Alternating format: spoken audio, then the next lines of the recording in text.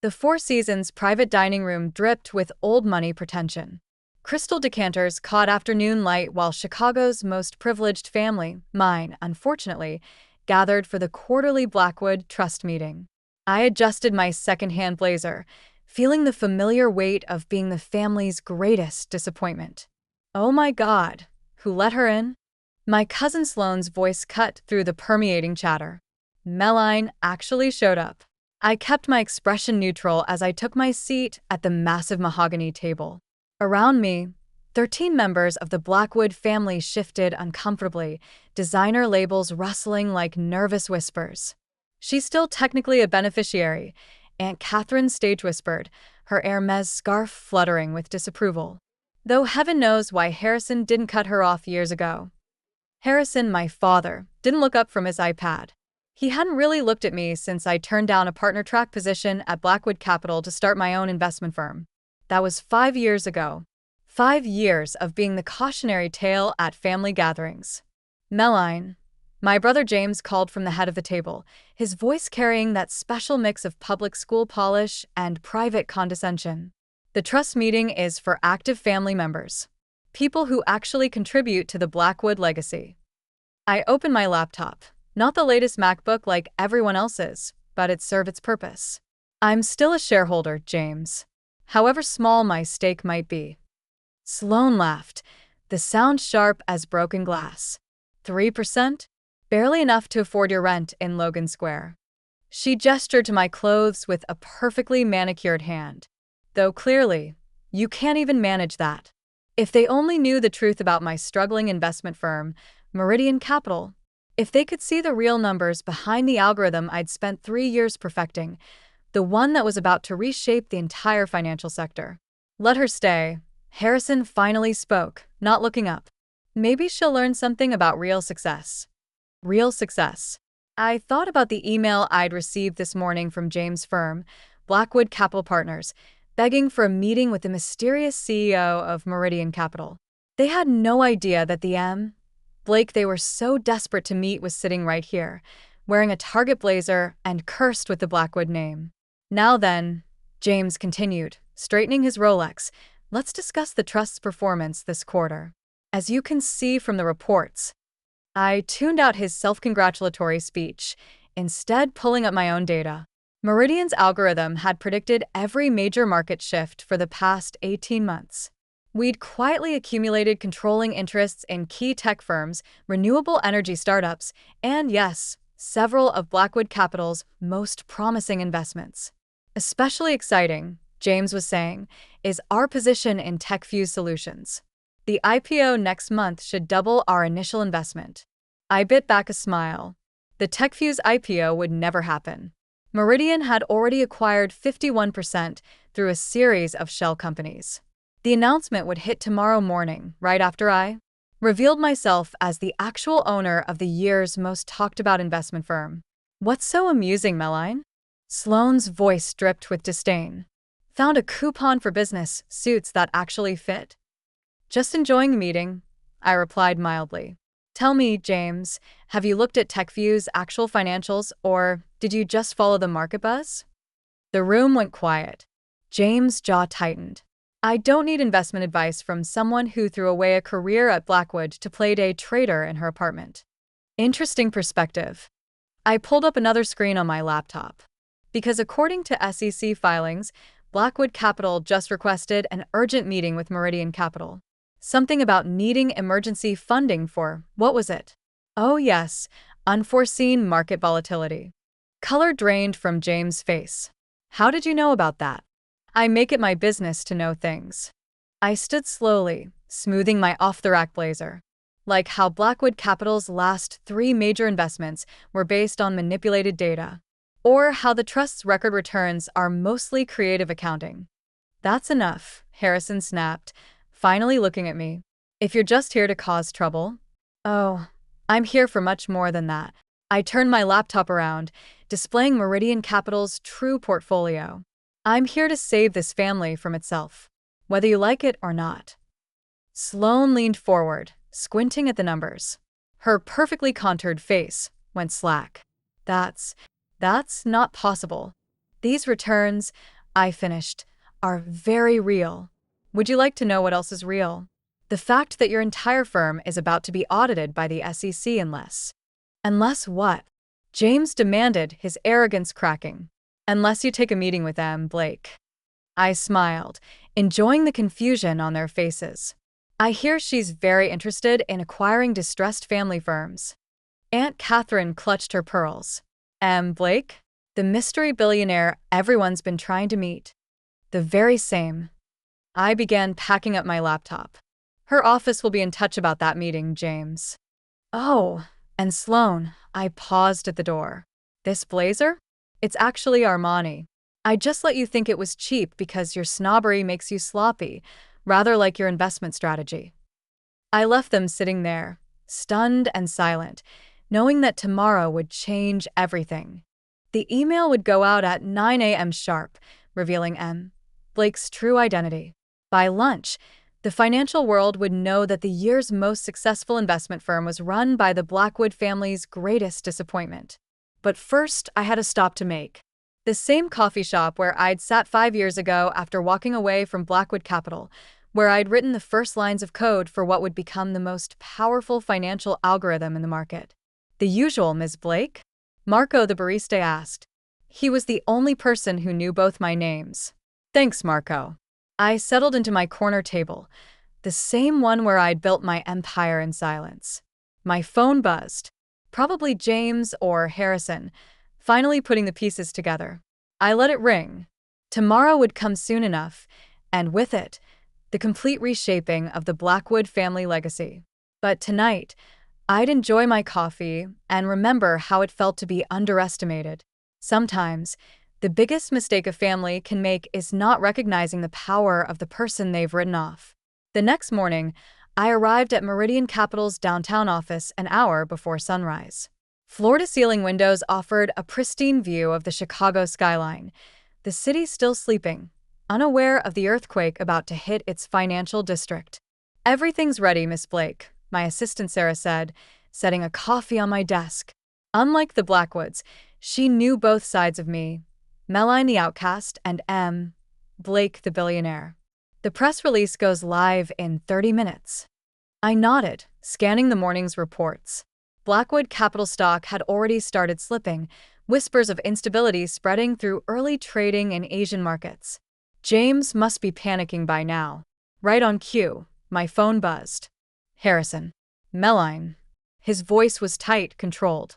We need to talk about yesterday. Actually, Dad, you might want to turn on CNBC first. I kept my tone light. Something interesting is about to happen. Could respond. Sarah appeared in my doorway, tablet in hand. It's time. I ended the call and turned to the wall of screens dominating my office. Right at 9 a.m., the news broke across every major financial network. Breaking, Meridian Capital founder revealed. Blake identified as Melline Blackwood. Mystery billionaire Blake connected to prominent Chicago family. Meridian Capital announces acquisition of TechFuse, blocking Blackwood Capital IPO plans. My phone exploded with notifications, messages from family members, journalists, industry analysts. But the one that mattered most came from James' private number. Emergency board meeting. 10 a.m. Don't you dare ignore this. I smiled, straightening my actual designer's suit. Chanel, this time. No more hiding. Sarah, call my car. Time to crash another family meeting. The Blackwood Capital offices occupied the top 3 floors of a sleek downtown tower. I'd worked here once, back when I was trying to be the daughter Harrison wanted. Now, I walked through the marble lobby as a conqueror, not a conformist. Ms. Blake. The security guard nodded, using my chosen name, not my family one. Word traveled fast. The executive floor was chaos. Assistants rushed between offices, phones rang unanswered, and the usual polish of a top-tier investment firm had given way to barely contained panic. Thank God you're here. Sloane ambushed me by the elevator. Her perfect makeup couldn't hide her desperation. You have to fix this. The market's in free fall. Fix what exactly? I stepped around her. Your failed due diligence? The over-leveraged positions? or just the general incompetence? The boardroom was packed. Every Blackwood who mattered sat around the massive table, faces pale beneath their expensive tans. Harrison occupied his usual place at the head. James stood beside him like a guard dog. Well, I settled into a chair, smoothing my skirt. This feels familiar. Though usually, I'm the one being lectured about responsibility. How dare you? James slammed his hands on the table. You deliberately sabotaged this family. I saved this family. I cut him off. Would you like to see what would have happened to Blackwood Capital without my intervention? Sarah. My assistant distributed tablets showing projection models, the slow but inevitable collapse of the firm under James' leadership. Bad investments. Missed opportunities. A fatal inability to adapt to changing markets. This is impossible, Aunt Catherine whispered, scrolling through the data. These returns, Meridian Capital's growth is very real, I confirmed. That algorithm you all mocked, the one I wasted time developing instead of following the Blackwood path, it's revolutionized predictive market analysis. While you were chasing the same tired strategies, I built something new. Harrison hadn't spoken yet. He just stared at the numbers, decades of certainty crumbling before him. The TechFuse IPO. James' voice was hollow. Is dead. Meridian owns controlling interest now. I leaned forward. Along with majority stakes in half your portfolio companies. Would you like to know what else I own? Sloan made a choke sound. The algorithm predicted all of this. Every move, every failure, every opportunity you missed because you were too arrogant to look beyond your own assumptions. I stood, commanding the room, just as Harrison had taught me back when he still thought I was worth teaching. Now we have two options, I continued. One, I continue acquiring your assets, and Blackwood Capital becomes a cautionary tale in financial journals. And the second option? Harrison finally spoke. A merger. Blackwood, Meridian Capital. Your legacy and my innovation. I pulled up another document, but with some significant changes in leadership. The room erupted in protests and accusations. I let them rage, remembering all the times I'd sat silently while they dismissed my ideas, mocked my choices, treated me like a charity case instead of the powerhouse I'd become. Enough. Harrison's voice cut through the chaos. He looked at me, really looked at me for the first time in years. You planned this all along. I planned to succeed, I corrected. You're the ones who made it personal. Every snide comment about my clothes, my apartment, my choices. Did it ever occur to you that I lived modestly because I was investing everything in building something revolutionary? James sank into his chair, deflated. The mystery billionaire everyone's been chasing. Our own sister, Cousin Sloan added weakly. All those times we invited you to charity galas and seated you by the kitchen. I smiled. Yes, I remember. Just like I remember every time you called me the family mistake. Tell me, who's the mistake now? Harrison stood abruptly. What are your terms? I distributed the merger proposals I'd had prepared for months. Full integration of Meridian's technology, complete restructuring of leadership, and a new direction for the Blackwood legacy, one based on innovation, not inheritance. And if we refuse? Then I continue acquiring your assets until there's nothing left to merge. I met his gaze steadily. Your choice, Dad. Though I should mention, the market's still falling. The next hour was a blur of negotiations, legal terms and wounded pride giving way to survival instinct. By lunch, the merger was announced.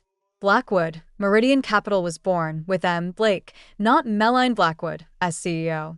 One more thing, I said as the lawyers packed up.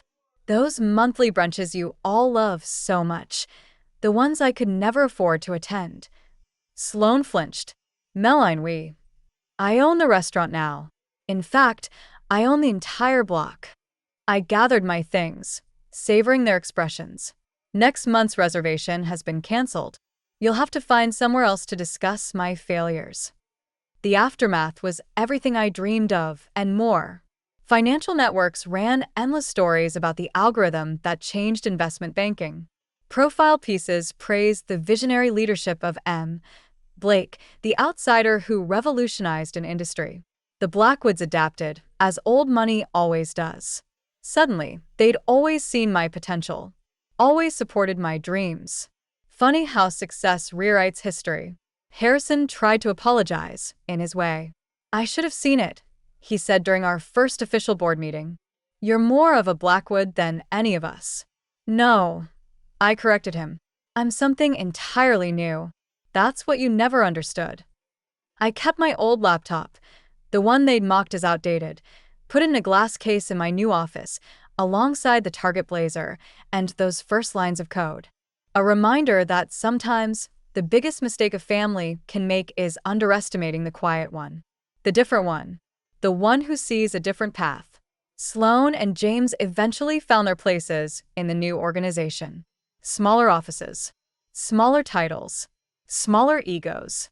They learned to knock before entering my office. Learned to value innovation over tradition. And those monthly brunches? I still don't attend. Not because I can't afford them, but because I'm too busy building something bigger than the Blackwood name ever was. Sometimes, success isn't about proving your family wrong. It's about proving yourself right.